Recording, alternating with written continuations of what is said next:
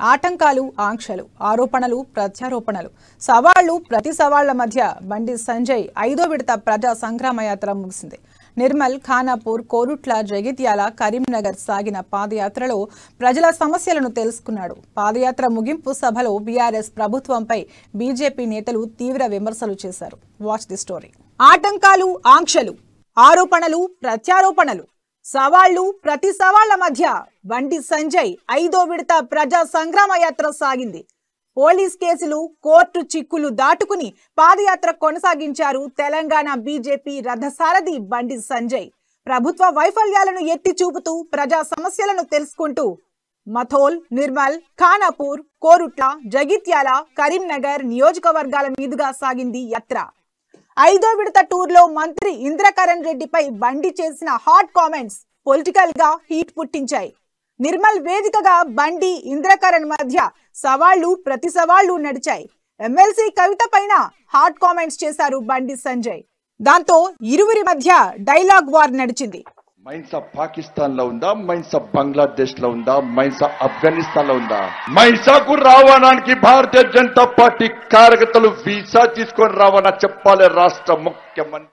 ఇప్పటికే తెలంగాణలోని 21 జిల్లాల్లో 1178 కిలోమీటర్ల మేర 4 విడతల మొత్తం 13 లోక్సభ స్థానాలు, 48 అసెంబ్లీ నియోజకవర్గాల్లో ఈ యాత్ర సాగింది.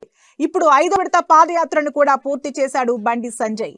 18 రోజులు సాగిన 5వ విడత పాదయాత్ర సుమారు 222 కిలోమీటర్లు సాగింది.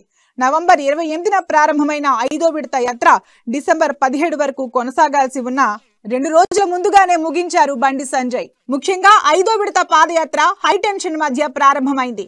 భైంసాలో పాదయాత్రకి పోలీసులు అనుమతి ఇవ్వకపోవడంతో బీఆర్ఎస్, బీజేపీ మధ్య డైలాగ్ వార్ ఓ రేంజ్ లో నడిచింది.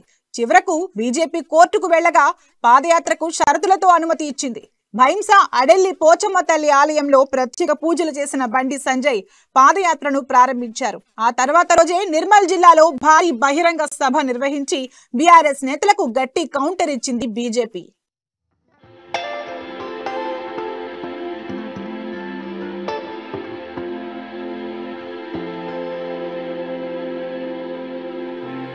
మథోల్, నిర్మల్, ఖానాపూర్, కోరుట్ల, జగిత్యాల, కరీంనగర్ సాగిన యాత్రలో ప్రజల సమస్యలను తెలుసుకున్నాడు బండి సంజయ్. ప్రజలతో మమేకమవుతూ రైతుల సమస్యలు, ప్రజలు పడుతున్న ఇబ్బందులను అడిగి తెలుసుకున్నాడు. బండి పాదయాత్రకు ప్రతి గ్రామాన ప్రజలు నీరాజనం పలికారు. ముఖ్యంగా ఆదిలాబాద్ జిల్లాలో బీజేపీ నేత కంది శ్రీనివాస్ ఆధ్వర్యంలో పాదయాత్ర గ్రాండ్ సక్సెస్ అయింది. బండి యాత్రలో కంది శ్రీనివాస్ అడుగులో అడుగు వేస్తూ ప్రజల సమస్యలు తెలుసుకున్నారు. నిర్విరామంగా ప్రజా సమస్యలు ప్రసారం చేస్తూ నిత్యం ప్రజా సంగ్రామ పాదయాత్రను కవర్ చేసిన అమ్మా న్యూస్ కి తెలంగాణ బీజేపీ చీఫ్ బండి ప్రత్యేక అభినందనలు తెలిపారు. అమ్మా న్యూస్ ఛానల్ ప్రతి రోజు కూడా ఈ ప్రజా సంగ్రామ యాత్రను తెలంగాణ రాష్ట్రంలో చూపెట్టే ప్రయత్నం చేస్తున్నారు. శ్రీనివాస్ రెడ్డి గారు కూడా చాలా సందర్భాల్లో ఈ యాత్రలో పాల్గొనే ప్రయత్నం చేశారు. మరి అమ్మా న్యూస్ అధినేత శ్రీనివాస్ రెడ్డి గారికి, సిబ్బందికి అందరూ కూడా భారతీయ జనతా పార్టీ రాష్ట్ర శాఖ తరఫున ఉద్యోగులు తెలియజేస్తున్నాం. మంచి స్పందన ఉంది. వాళ్ళ సమస్యలు, ప్రజలతో సమస్యలు తీసుకునే ప్రయత్నం చేస్తున్నారు. తెలంగాణలోని 5 జిల్లాల్లో 18 రోజులు 222 కిలోమీటర్లు సాగిన ఈ యాత్ర ముథోల్, నిర్మల్, ఖానాపూర్, కోరుట్ల, వేములవాడ, జగిత్యాల, చొప్పదండి, కరీంనగర్ నియోజకవర్గాలను కవర్ చేసింది. కరీంనగర్ లో ముగింపు జరిగింది. ఈ సభను బీజేపీ రాష్ట్ర నాయకత్వం చాలా ప్రతిష్టాత్మకంగా తీసుకుని గ్రాండ్ సక్సెస్ చేసింది. భారీగా జన సమీకరణ చేసి బీఆర్ఎస్ నేతలకు వణుకు పుట్టేలా చేసింది. ఈ సభకు ముఖ్య అతిథిగా వచ్చిన జేపీ నడ్డా తెలంగాణ ప్రభుత్వంపై తీవ్ర విమర్శలు చేశారు. బీఆర్ఎస్ నా టూర్ ను అడ్డుకునే ప్రయత్నం చేసిందని, కేసీఆర్ కు తెలంగాణ ప్రజానీకం గుడ్ బై చెప్పే సమయం వచ్చిందని తెలిపారు. మోడీ నాయకత్వంలో అన్ని వర్గాలకు న్యాయం జరుగుతోందని, కేంద్ర కేబినెట్ లో బీసీ, ఎస్సీలకు న్యాయం చేశారని తెలిపారు. బీజేపీకి అధికారం, బీఆర్ఎస్ కు విశ్రాంతి అవసరం వచ్చిందని తెలిపారు. कभी किसी ने सोचा था कि कोई आदिवासी महिला भारत की राष्ट्रपति बनेगी? कभी सोचा था कि कोई दलित भारत का राष्ट्रपति बनेगा? कभी किसी ने सोचा था कि 12-12 मंत्री हमारे दलित होंगे? कभी किसी ने सोचा था कि 8 मंत्री हमारे केंद्र सरकार में आदिवासी वर्ग से होंगे और 20 से ज्यादा हमारे पिछड़े वर्ग से होंगे? ये सबको साथ जोड़ने का काम, एक माला में पिरोने का काम, सबका साथ, सबका विकास, सबका विश्वास और सबके प्रयास को आगे बढ़ाने का काम किसी ने किया है तो नरेंद्र मोदी जी की सरकार ने और नरेंद्र मोदी जी ने किया है, यह हमको ध्यान में रखना चाहिए। తెలంగాణ సంక్షేమం కోసమే ప్రజా సంగ్రామ యాత్ర చేస్తున్నట్లు తెలంగాణ బీజేపీ చీఫ్ బండి సంజయ్ తెలిపారు. తెలంగాణను పవిత్రం చేయాలని కేంద్ర నాయకత్వం సూచనతోనే పాదయాత్ర చేస్తున్నట్లు తెలిపారు. తెలంగాణ కోసం పార్టీ జెండాలు పక్కన పెట్టి రాష్ట్రాన్ని సాధించుకున్నామని, బీఆర్ఎస్ అని పెట్టి తెలంగాణ పార్టీని కేసీఆర్ తీసేశారని అన్నారు. తెలంగాణ పదం తీసేసి ప్రజలతో కేసీఆర్ బంధం తెంచుకున్నారని, డ్రగ్స్, లిక్కర్ దందాలను కేసీఆర్ చేస్తున్నారని మండిపడ్డారు.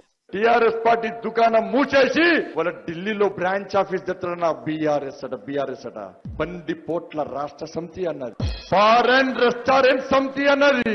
1,00,000 ఉద్యోగాలు ఖాళీ అయితే కనీసం వాటిని కూడా నియమించలే అన్న.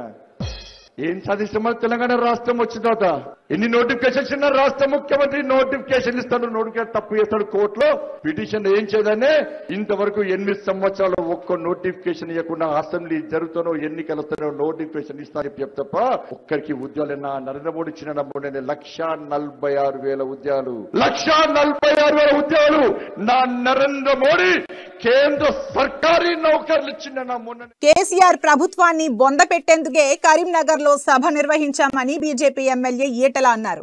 ఒకప్పుడు గొప్ప ప్రాజెక్ట్ అంటూ కేసీఆర్ ప్రత్యేక బస్సులు వేశారని, 6 నెలలుగా కాళేశ్వరం ప్రాజెక్టుకు ఎవరిని వెళ్లనివ్వడం లేదని విమర్శించారు.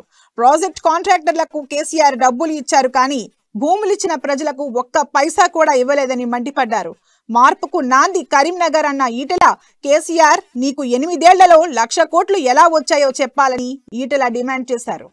కేసీఆర్ అతి తక్కువ కాలంలో 8 సంవత్సరాల కాలంలోనే నేను అడుగుతున్న కేసీఆర్ గారిని అటుకులు బుక్కి ఉపవాసం ఉండి నీళ్లు తాగిన ఉద్యమ నాయకుడు అంటావు కదా, మరి 8 సంవత్సరాల కాలంలోనే 1,00,000 కోట్ల రూపాయల డబ్బు ఎవడి సొమ్ము ఎక్కడి నుంచి వచ్చిందో చెప్పగలమని చెప్పడుతున్నా.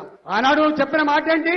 నాకున్న కమిట్మెంట్, నాకున్న యావా వేరే వాళ్ళకుంటుందా అని చెప్పినావు. కానీ వాళ్ళు అర్థమైపోయింది నీకు యావా డబ్బు మీద ఉన్న తప్ప, నీకు యావా నీ కుటుంబం మీద తప్ప తెలంగాణ మీద లేదనడానికి సజీవ సాక్ష్యం 8 సంవత్సరాల కాలంలోనే తెలంగాణ ప్రజలందరూ కూడా ఇలా నేను ఎప్పుడు ఎన్నికలు వస్తాయా పొంద పెడదామని చెప్పి ఎదురుతుంది సజీవ సాక్ష్యం.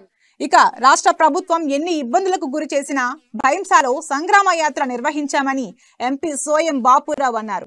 తెలంగాణ బీజేపీ సంగ్రామ యాత్రను ప్రధాని మోడీ సైతం మెచ్చుకున్నారని ఎంపీ సోయం బాపురావు అన్నారు. తెలంగాణలో తొండి ప్రభుత్వం పోయి బండి ప్రభుత్వం రావాలని అన్నారు. ఈ మూర్ఖుడు ఈ రాష్ట్ర ముఖ్యమంత్రి నా గడ్డ అన్నాడు, కానీ మీ నాయకుడు బండి సంజయ్ కుమార్ గారు నీ అడ్డా కాదు కరీంనగర్ నా అడ్డా అని చెప్పడం జరిగింది.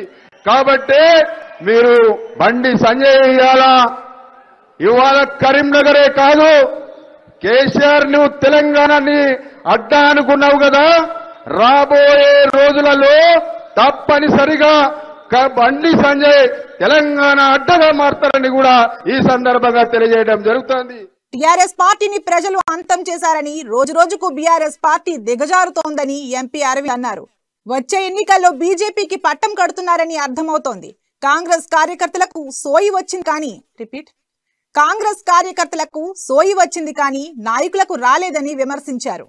తెలంగాణలో కాంగ్రెస్ లో సీటు ఎవరికి ఇవ్వాలో కేసీఆర్ నిర్ణయిస్తారని, కాంగ్రెస్ నాయకులు ఆలోచించి మంచి నిర్ణయం తీసుకోవాలని హితవు పలికారు. నిజామాబాద్ ఎంపీ ఎన్నికల్లో కవిత నాతో పోటీ పడాలని ఎంపీ అరవింద్ సవాల్ విసిరారు. ఈ మధ్య నా ఇంటి మీద గూండాలను పంపింది. ఎవరు పంపిర్రు? లిక్కర్. ఈమె ఒక కామెడియన్ గా మిగిలిపోయింది. మళ్ళా మొన్నటిదాకా నన్ను వేటాడి నేను ఏడ నిలబడి ఓడిస్తా అన్నది కదా. మళ్ళా నిన్ననో మొన్ననో మా అయ్య ఏడ నిలబెడితే ఆడ నిలుచుంటా అంటుంది. నా మీద కవిత నిలబడాలన్నా లేదా? చెప్పింది కదా వేటాడి పొడిచి అని చేస్తానే కదా. నిలబడాలన్నా లేదా? నిలబడాలే కదా. ఒకవేళ నీకు భయం అయితే, మీ అయ్య లెక్క పిరికైతే, నువ్వు నిలబడకపోతే నిజామాబాద్ లోక్సభ ఎన్నికకి మీ అయ్యను పంపి మీ అయ్య జాతీయ పార్టీ పెట్టుకున్నాడు కదా, ఎంపీకి నిలబడాలి కదా. కరీంనగర్ లో ఒకసారి అయిపోయింది, 2 సార్లు అయినట్టుంది కరీంనగర్. పాలమూరు అయిపోయింది, ఇక ఇందూరుకి రమ్మను.